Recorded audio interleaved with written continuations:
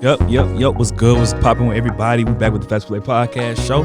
This is episode 27, and y'all know I always say I'm a speaker, not a yapper. We get straight into it over here. You feel me? We don't waste no time. Now, for those that are not aware, you feel me? I made a post on social media, on Instagram specifically.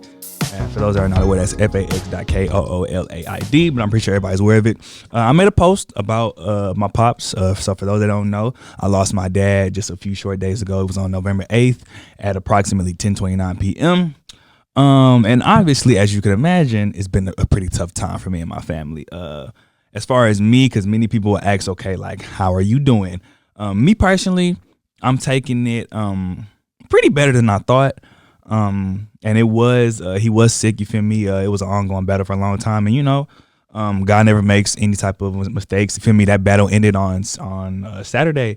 And, first of all, for those that have been like supporting me on social media, I appreciate each and every one of y'all. Whether you've been texting my phone, whether you've been DMing, because I've been getting DMs on every single social media platform, even Facebook, oddly enough. But it's very appreciated, you feel me? The whole Faxtory, even my family, the West, we all appreciate it. My dad was a real one, and I'm going to get to that in a second. But I just wanted to take a second to express that, the support is appreciated from every single person. Now, how am I feeling? Because that's been everybody's question. How am I feeling? That's really the reason why I'm doing this episode. This episode's not going to be long, by the way. I might title this like a sub pod or a mini pod, depending on how long it comes at the end of the episode. But I'm taking it way better than what I thought.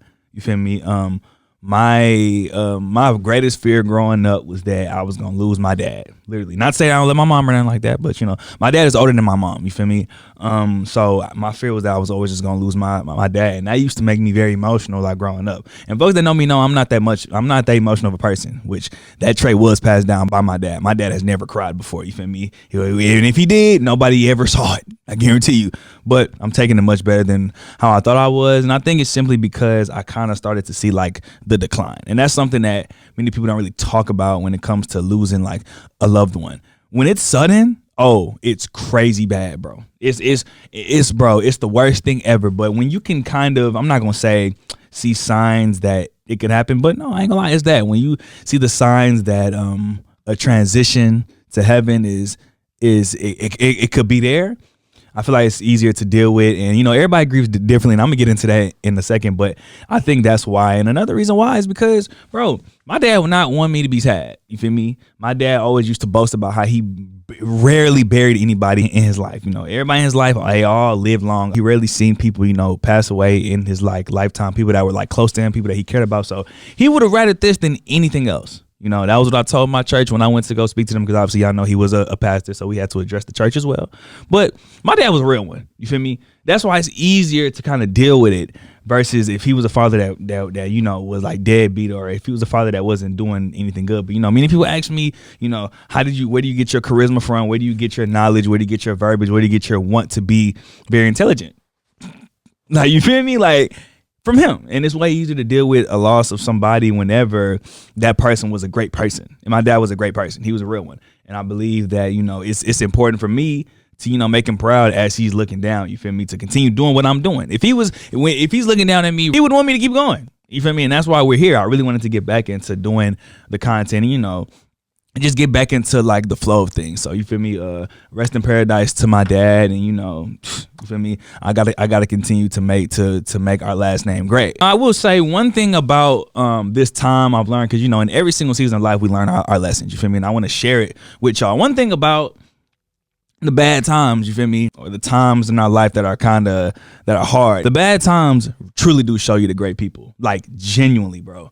Like, any time of hardship, not even just losing a loved one, but when you're going through something, you feel me, you see those people in your life that like truly care about you, bro. And I'm not saying that those people that don't go the extra mile are not great people, but you see those people who make the extra effort, who go the extra mile, who, if they only have an inch, they're going to try to go the extra mile just to make sure that you're doing good, just to make sure to be around you, just to make sure to support you.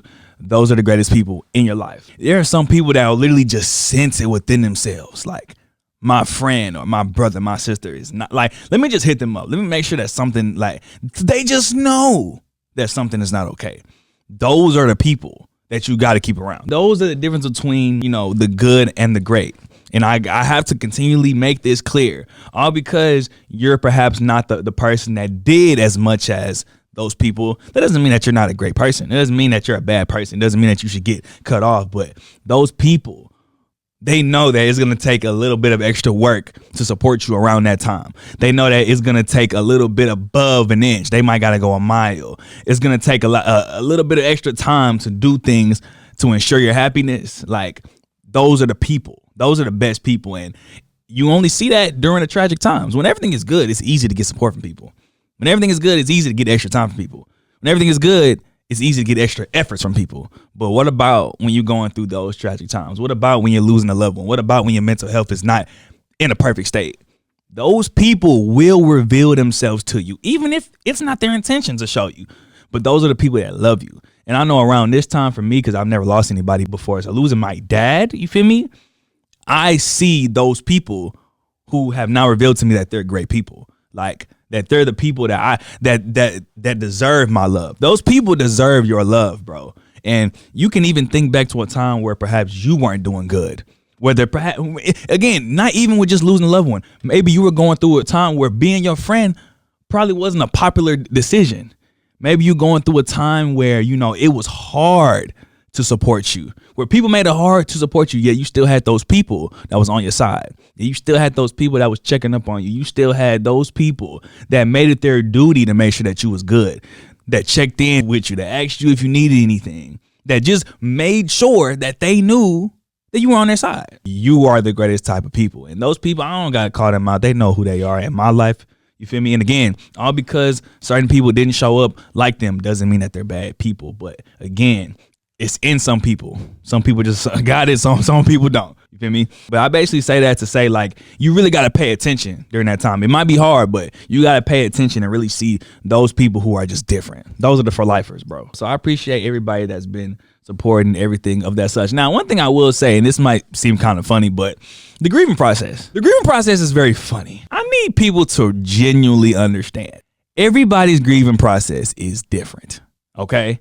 Why do I say that? Case in point, literally, and this is funny, like, I'm not gonna be able to get through this without laughing. As I was coming up here at the school I graduated from to shoot this episode, you feel me? Faxtory Studio. I was encountered by somebody that, like, I didn't know them when I went to school, but we would frequently just, you know, pass each other by. You know, it would be a hey and a bye. You know, she was a older lady. You know, some people in college are way older than others. So as I'm getting my stuff out the car, she like approaches me. She's, hey, I haven't seen you in a long time.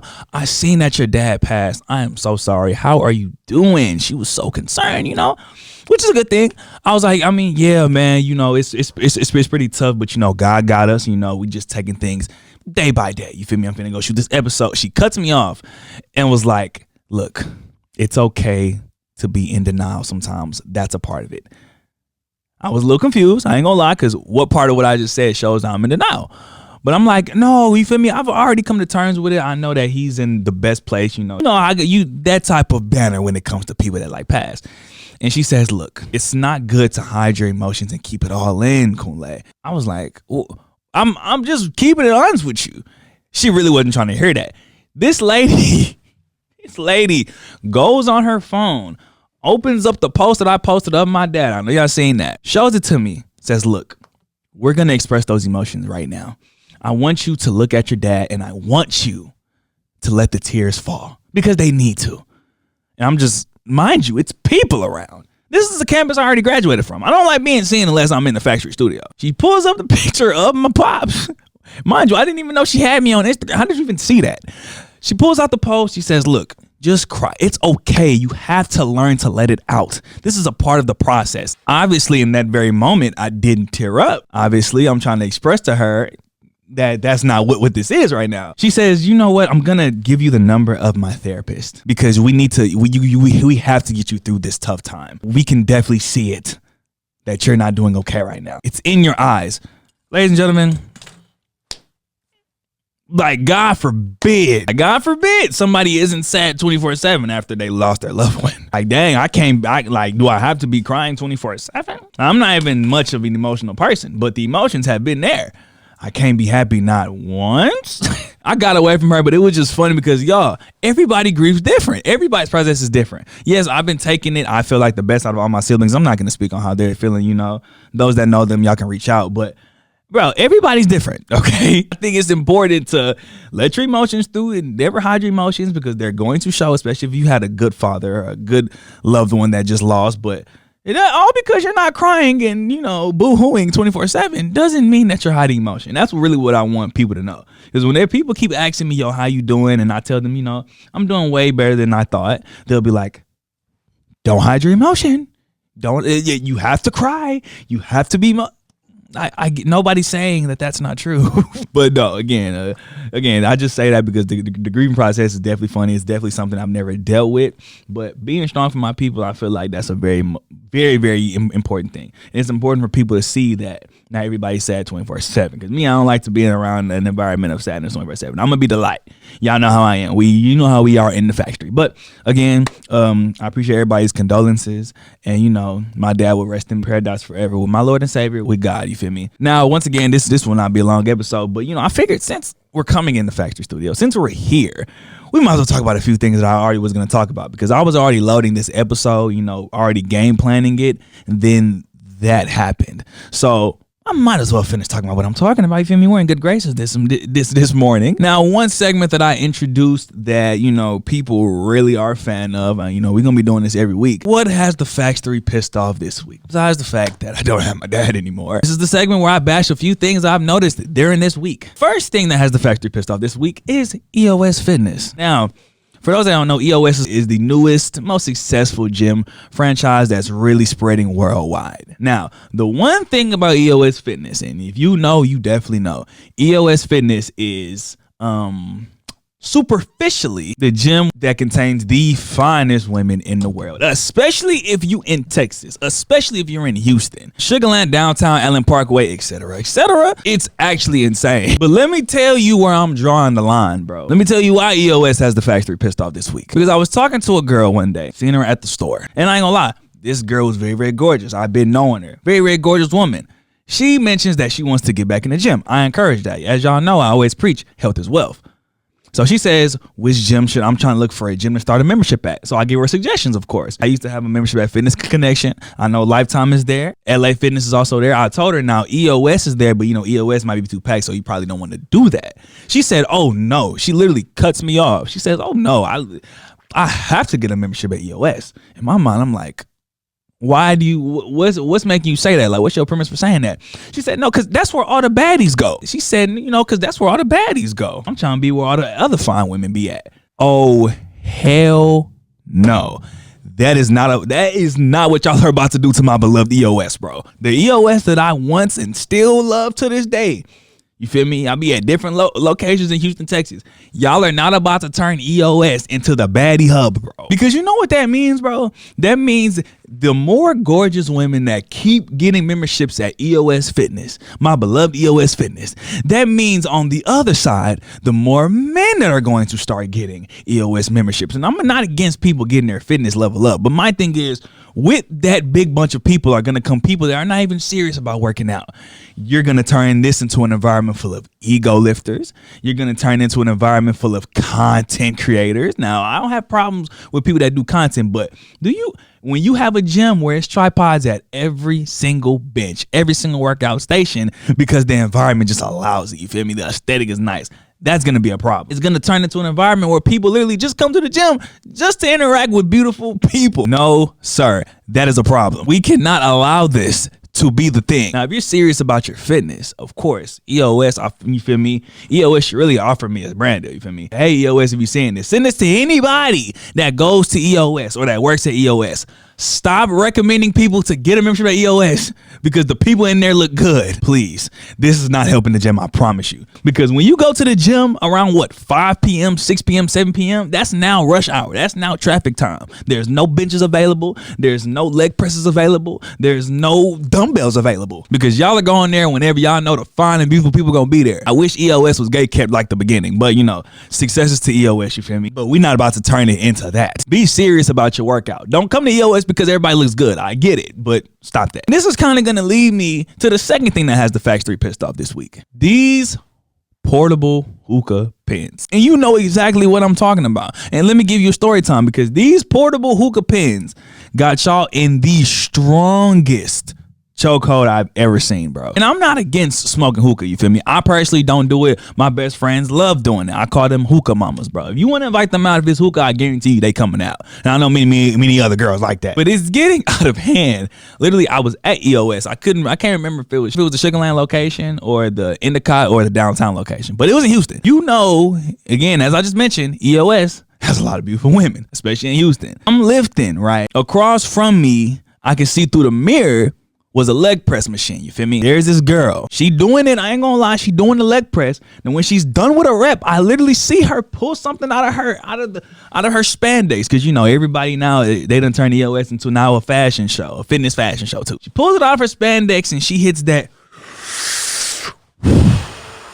I just know these portable hookah pens don't got y'all like that. There is no way these portable hookah pens got y'all like this, bro. In the gym, yo? Like, is it really that serious? That's a rhetorical question, by the way. These portable hookah pens got y'all in a chokehold. You go to a lounge, you go to a club, and I'm not even big on any of those. You gonna see majority of them girls, or you even do sometimes, you feel me? I ain't judging. Pulling that hookah pen out of their purse, just, and that's cool, but like, leave the hookah pens outside of the gym, leave it out of the church, because I done seen that too. Vape pens as well. Whoever created that either want to get into a squabble with you or shake your hand, because you done created a phenomenon that I fear has gone too far. But that's the second thing that has the Faxtory pissed off this week. Now let's get to the third thing, right? Crazy women has the Faxtory pissed off this week. Now, how do I want to introduce this, right? Some of you dudes are way better than me. I'm going to just be honest. You feel me? I was with one of my partners one day, right? We was chilling, right? Now, he's dealing with a girl that's not even his girlfriend, right? This dude always tells me how crazy this girl can be. So I don't know what he did on this particular day, but we went back to his car and his windows are busted. His tires are all slashed. Now, I'm livid. You feel me? I'm empathetic. If I'm in his shoes, I know I'd be pissed. Who the F just did this to me? Oh no, he knows exactly who did it to him. It was the girl that he was dealing with. Now, I don't know what he did, and frankly, I don't care. But the way that this man was calm, he was like, bro, why would she even do this, bro? Like, my mind, I'm like, bro, it's cool. It's literally a police station right down the street, bro. We can literally go there right now. I know they're gonna be deep. He cuts me off. He's like, bro, I'm not about to do that, bro. I'm gonna find my own way to handle it. What? See, then that's why I said some of you dudes are better than me, bro. Let me tell you something about Olakunle. I don't deal with crazy women, bro. Let me tell you something. I will call the cops, bro. I will send you to jail, bro. I don't know how y'all be doing it down here. Like, if I'm on a date with a girl, if I'm getting to know a girl and I playfully ask her, so can you get crazy? That is a leading question. And she tells me anything remotely, anything that's not no. Even if she says a little bit. It's GG's. Me, I will leave him. Me, I don't want no trouble. I don't go tire for it. And it's crazy because I'm leaving you alone, not for me, but for your freedom. Because, girl, I promise you, bro, if you're crazy with me and my lawyers getting active. I promise you. We don't play that, bro. Some of y'all be dealing with these girls that like to slash tires, that like to, you feel me, break things, that like to sabotage things because they get a dopamine rush when they mess with you. That is not me. Matter of fact, I would be so happy if a girl did some crazy stuff to me because I know a payday is coming. I will sue you. I ain't even gonna let you know. I ain't even gonna give you no warning either, bro. You think I'm finna come back because you enjoy the toxicity? No, all you gonna hear is cops at your door. So think long and hard if you wanna be crazy dealing with some of us, because some of us not going for that. I am a certified cooperant. Leave that. Nah, bro. Y'all are better than me. I'm gonna keep saying it. I don't know how y'all do it, but that's the third thing that has the Faxtory pissed off this week. Now, the last thing that has the Faxtory pissed off this week is extreme dating advice. Now, I rarely call people out on social media. I just have no choice. There was this one female creator. Let me not say female. There was this one woman creator. There was this one creator on TikTok. Now, this woman of God, and I'm saying that to be nice, of course, she said that if a man takes you on a dinner date, that it benefits you and him. So you shouldn't accept it. If he takes you on a vacation, that benefits you and him. So you shouldn't take that. You know, she riding the jet skis, he also riding the jet skis. So that benefits him. She says, make sure you stay away from men that only want to do for you when it also benefits them. Feel me? That's a selfish man, she says. That's a man that truly don't care about you, she says. Now, here's why I think we're doomed. That video currently at the time of this episode has a disgustingly abysmal whopping 335,000 likes on TikTok and a whopping 3,000 comments of majority women agreeing with that. This is why, and I'm telling y'all this respectfully, this is why a lot of y'all are single and not happy. I'm just calling a spade a spade. This is me as a 23-year-old that's out here fresh into the world, telling y'all why I'm seeing so many late 30-year-olds, late 20-year-olds, late 20s with no man, bitter, that hate men, because y'all be listening to idiotic advice like this. So let me get this straight. Because I want to take a woman out to dinner, because I decide to also get something, I'm selfish? Like, do we hear the stupidity? I want to take a girl out on a vacation, Turks and Caicos, right? Whether we at the Bahamas, whether we go to Atlanta, whether we go out the country, because I'm also enjoying myself. That's going to give you the mindset that I'm selfish and that I'm in turn no good. And there are women, it's not her that's the problem. Because again, I always say that's not gonna be my type of woman. I don't gotta worry about her. She can continue to be delusional, respectfully. But my thing is, women are agreeing with that. What if I run into a woman that believes that? That is extreme dating advice that you shouldn't be taking. That's why I say there's a difference between regular dating advice and extreme dating advice. If a woman says, okay, if a dude is not treating you right, then you should address it. That's regular dating advice. Somebody that's never had a man can tell you that. And that, you feel me? And that's cool. You don't have to say, oh, well, you've never had a man. That's not good advice. No, that's regular dating advice. This hunk of crap is extreme. You mean to tell me there's a man that's willing to spend money on you, and because he also decides to do something while y'all are there on that date, that he's selfish? There are dudes that won't even do that at all. There are dudes that literally do not care about you. Yet now, these dudes that are showing signs of it, y'all want to shut them out too. Now, I don't know if this particular individual or creator has a husband, but if you stop taking dating advice from people that are single. No. Actually, let me rephrase myself. Stop taking extreme dating advice from women that are single. And man, I ain't gonna lie, this goes for y'all too. Extreme dating advice. Dudes telling y'all to keep the roster open and just mess with whoever you want to, from dudes that don't got no woman. Not good. That is extreme, bro. Take regular advice from people that are not qualified. You should not take extreme advice, because that is extreme, bro. That if you listen to that type of rhetoric, you're going to remain single for a long time. You're going to catch yourself late 30s, no husband. You're going to find yourself bitter at the world. You're going to find yourself as one of those women that just hate men for no reason because you listening to this. I see the comment that said, I don't like dinner dates anymore. Just pay a bill or take me shopping.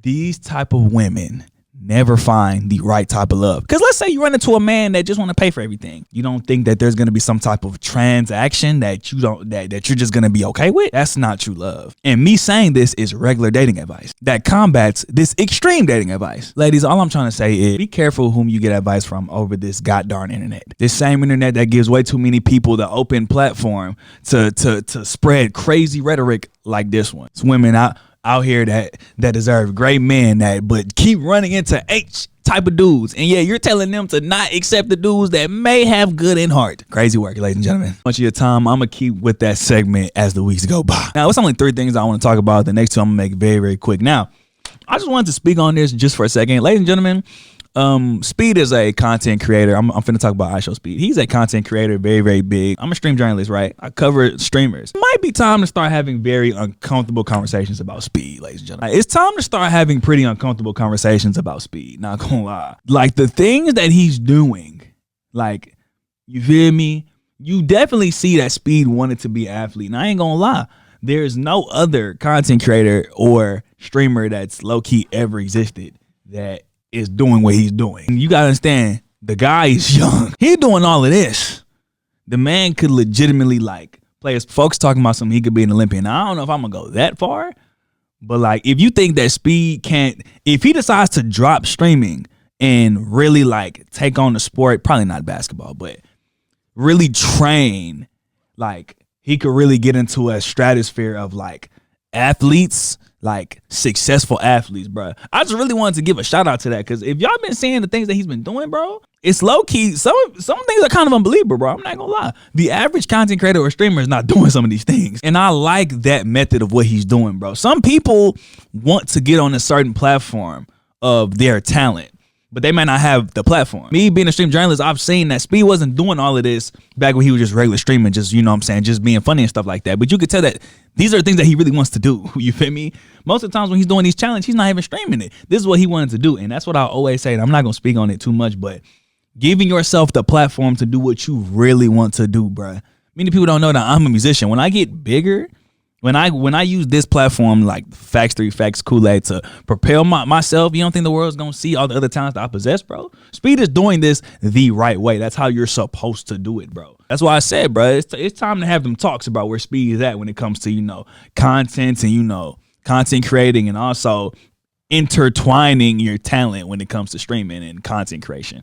So yeah, it's a good example. If you need somebody to watch, Speed is definitely your guy, not gonna lie. Now, before I get into my last topic, I want to speak on something that I speak on very few times. I should really get into it more. We finna talk wrestling. And again, if you don't want to hear anything I gotta say about WWE because you feel like it's fake, you feel me? This is why the timestamps in the descriptions are so important, ladies and gentlemen. You have to be utilizing it because, again, I have a very wide range of topics I talk about every single week. You never know what I'm gonna talk about. You never know what we're gonna talk about in the Faxtory. Sometimes you might want to hear certain things, you feel me?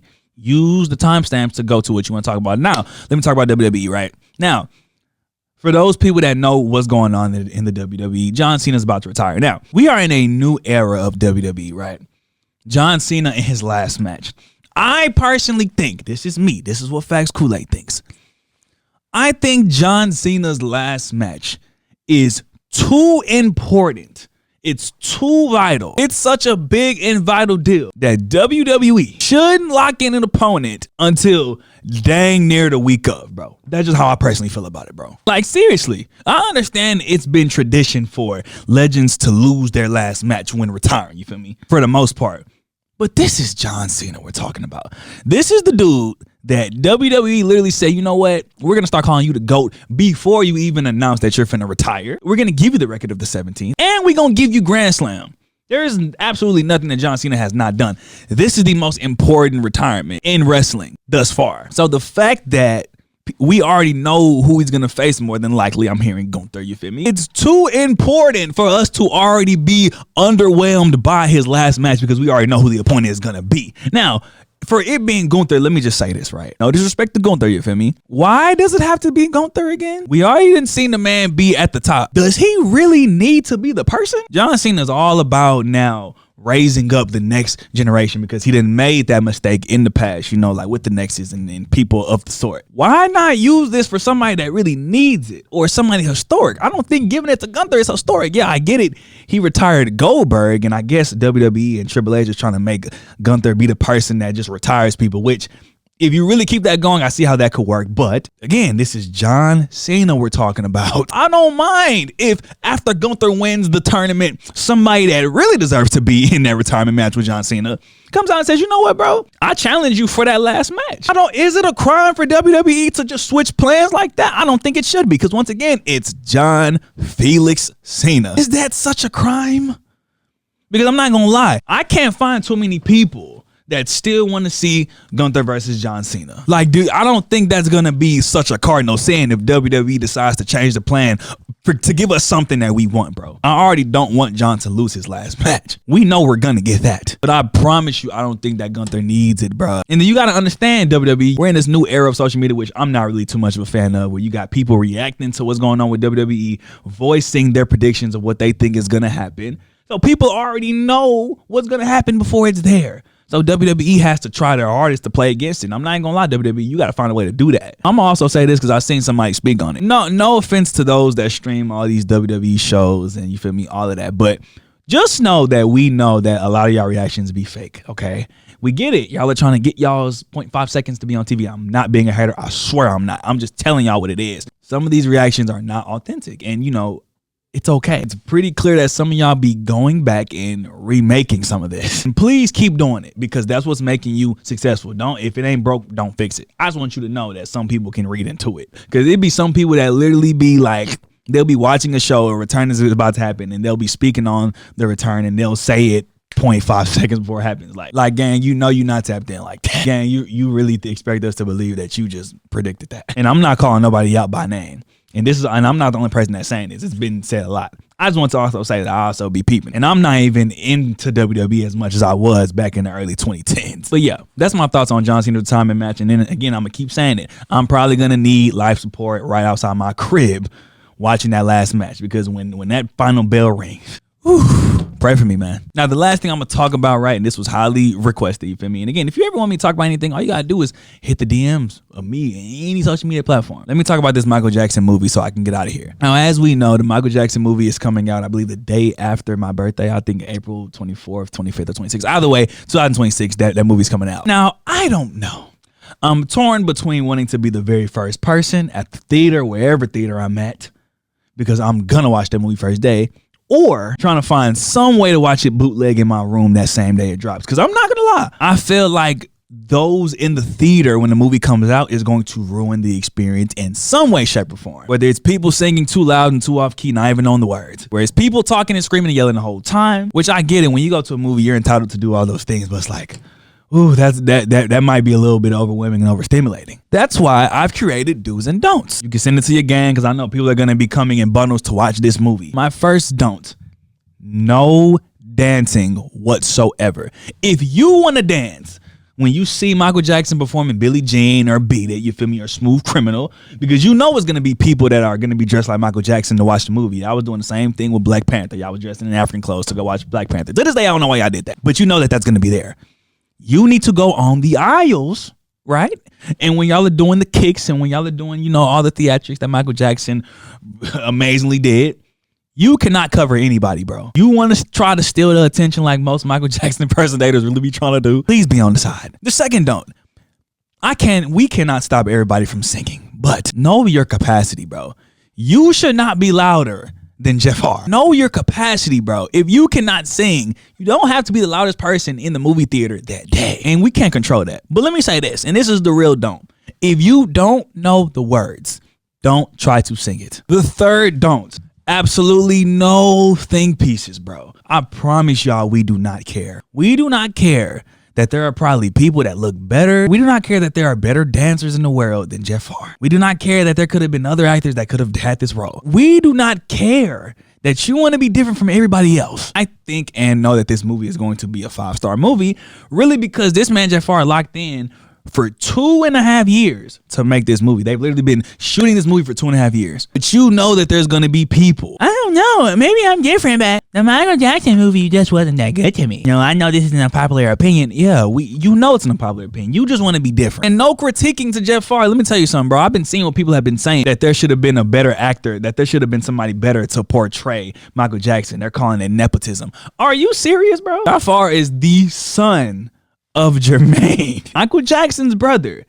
Yet you sitting in your bed in Rhode Island is making a 20-minute video on how there should have been other people to play it. See, this is why I don't be listening to y'all, bro. Now, again, as I mentioned, I'm very excited for this to come out. Now, my only concern about the movie, and this is the last thing I'm gonna talk about before I end this episode, let's just call a spade a spade, you feel me? Y'all can save me the paragraphs trying to explain what it really is. Michael Jackson in this life was 3 different colors. Let's just call a spade. I'm very interested to see how this movie is going to portray that, because we know that Jeff R is the only actor for grown Michael Jackson, from teen, middle, and then the white version, or I should call it the bleach version. It's my only concern because they got to get it right. And I feel like that is what could propel this movie to truly be like a top biopic. I don't know how they're going to do it. And I don't think that they can do it in anything less than 3 hours. Now, according to multiple reports, the original cut of the movie was supposed to be 4 hours, which in my opinion, we talking about the GOAT. That's fine. New Edition story had multiple parts. The American Dream, which was, you feel me, the real base of the Michael Jackson, you feel me, movies for real. That was in the early 90s.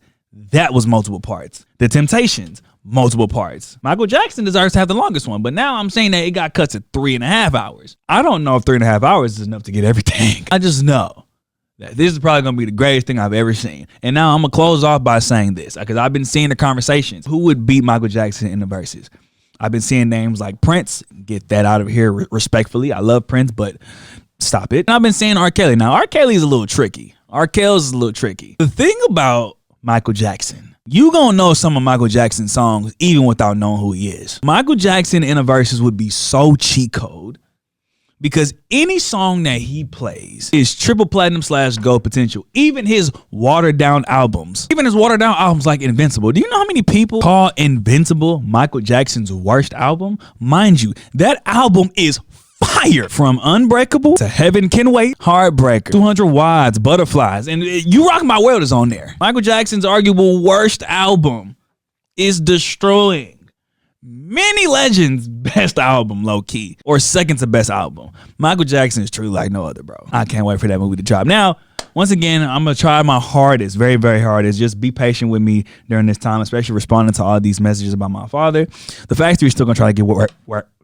That was a bad stutter. The Faxtory is still gonna try to get as much work done as possible. You feel me? Expect episodes every single week. Make sure y'all all have a blessed one, bro. Fax.Koolaid, I don't make the rules.